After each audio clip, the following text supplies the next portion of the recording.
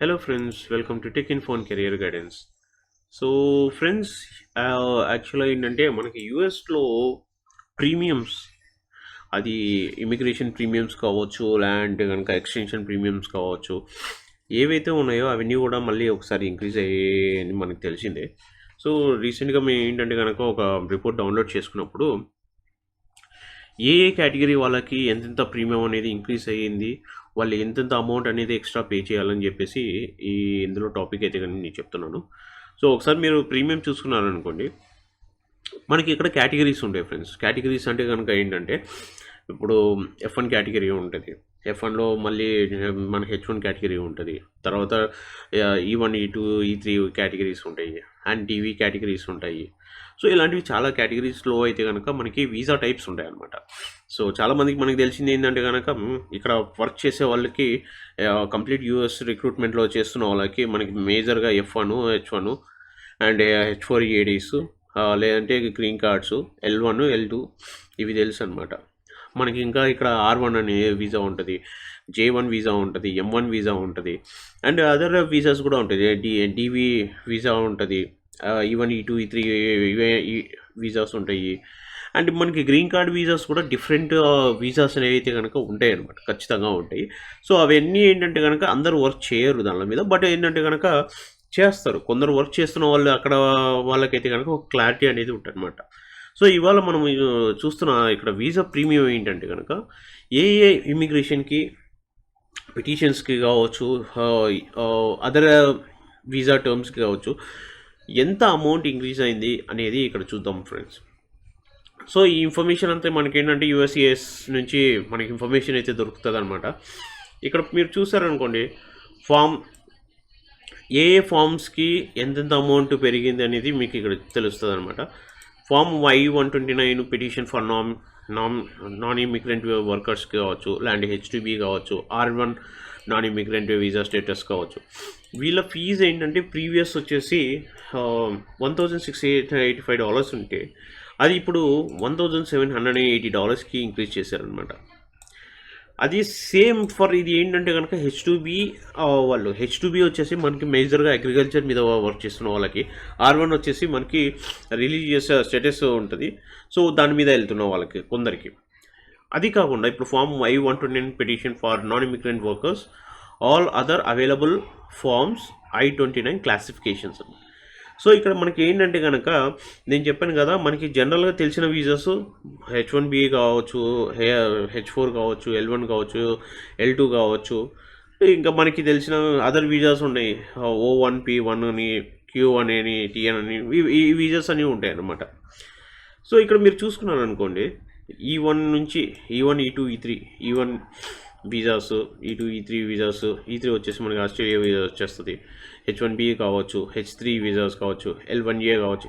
Inter transfer అంటే ఇక్కడ నుంచి ఆల్రెడీ క్లయింట్ వచ్చేసి యూఎస్లో ఉంటే కనుక ఇక్కడ నుంచి వాళ్ళని పంపించే వాళ్ళు టీసీఎస్లో వర్క్ చేస్తున్నాడు, టీసీఎస్ క్లయింట్ యూఎస్లో ఉందనుకోండి, వాళ్ళు ఇక్కడ నుంచి అక్కడ పంపించేటప్పుడు H1B ఫైల్ చేసి పంపించారు, L1A ఫైల్ చేసి పంపిస్తారు. ఇదే L1A కానీ L1B కానీ ఫైల్ చేసి పంపిస్తారు. ఇండిపెండెన్స్ అని మనం అనుకుంటాం, కానీ అక్కడ డిఫరెన్సెస్ చాలా ఉంటాయి అన్నమాట.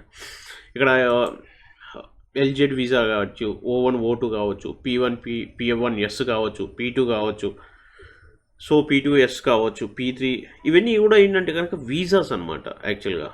ఓకే, Q1, Q2 వచ్చేసి ఇవన్నీ నాన్ ఇమిగ్రెంట్ వీసాస్ ఇవన్నీ మళ్ళీ. సో ఇక్కడ మీరు చూసుకున్నారు అనుకోండి, వీటి యొక్క ఫీ వచ్చేసి ప్రీవియస్ వచ్చేసి మనకి $2,805 ఉంది. అది ప్రజెంట్ వచ్చేసి $2,965కి అయితే కనుక ఇంక్రీజ్ అయిందనమాట. అంటే ఆల్మోస్ట్ $160 ఇంక్రీజ్ చేశారనమాట ప్రీవియస్ ఫీజ్కి ఇప్పుడున్న ఫీజ్కి.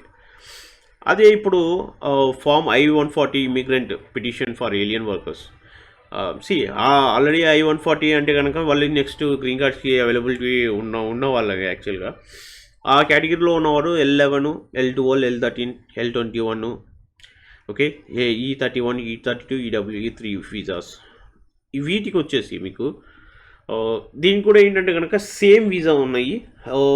ప్రీవియస్ మన వీసాస్ తీసుకుంటే ఫామ్ I-129 ఏదైతే ఫీజెస్ ఉన్నాయో సేమ్ ఫీజ్ అయితే కనుక మనకు ఇమిగ్రెంట్ పిటిషన్స్ వీసాస్ కూడా అదే చేంజెస్ అయితే ఏమవ్వలేదు.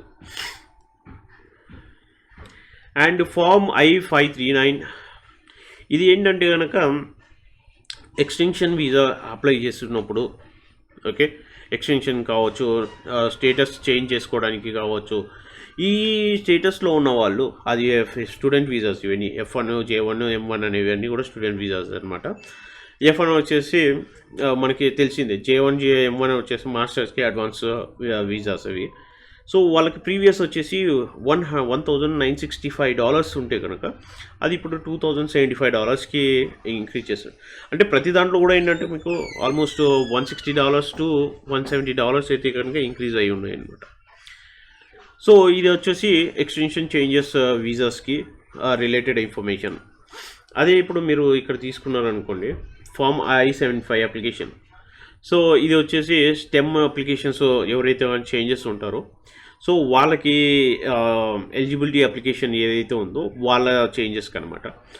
సో ఇక్కడ మీరు వాళ్ళ ప్రీవియస్ ఫీజు వచ్చేసి $1,685 ఉంటే కనుక అట్ కరెంట్ వచ్చేసి $1,780కి ఇంక్రీజ్ అయిందనమాట. సో ఇక్కడ ఏంటంటే కనుక మీకు ఆల్మోస్ట్ $80 అయితే కనుక ఇంక్రీజ్ చేశారు ఓవరాల్గా. సో ఇవి కరెంటు మీకున్న ఇంక్రీజ్ అయిన వీసా ఫీజెస్ ఏంటి, ప్రీవియస్ వీసా ఫ్రీ ఎంత ఉంది, కరెంటు వీసా ఫ్రీ ఫీజెస్ ఎంత ఉన్నాయి అని చెప్పేసి ఇన్ఫర్మేషన్ అయితే మీకు తెలియజేస్తున్నా. ఈ ఇన్ఫర్మేషన్ మీకు నచ్చితే కనుక మీ ఫ్రెండ్స్కి ఎవరైనా కానీ యూఎస్కి వెళ్ళాలి అనుకున్న వాళ్ళకి ఈ ఇన్ఫర్మేషన్ షేర్ చేయండి. And at the same time ఇంకా కొత్త ఇన్ఫర్మేషన్ అయితే కనుక నేను మన యూట్యూబ్ ఛానల్లో ఇంక్లూడ్ చేస్తున్నాను. ప్రతి ఇన్ఫర్మేషన్ కూడా మీకు షేర్ చేస్తాను. ఆ షేర్ చేసిన ఇన్ఫర్మేషన్ని మీకు నచ్చిన వాళ్ళకి, మీ ఫ్రెండ్స్ కానీ రిలేటివ్స్ కానీ ఎవరికన్నా ఉంటే కనుక వాళ్ళకు ఛాన్సెస్ ఉంటే కనుక వాళ్ళకు కూడా ఒకసారి షేర్ చేయండి. Thank you.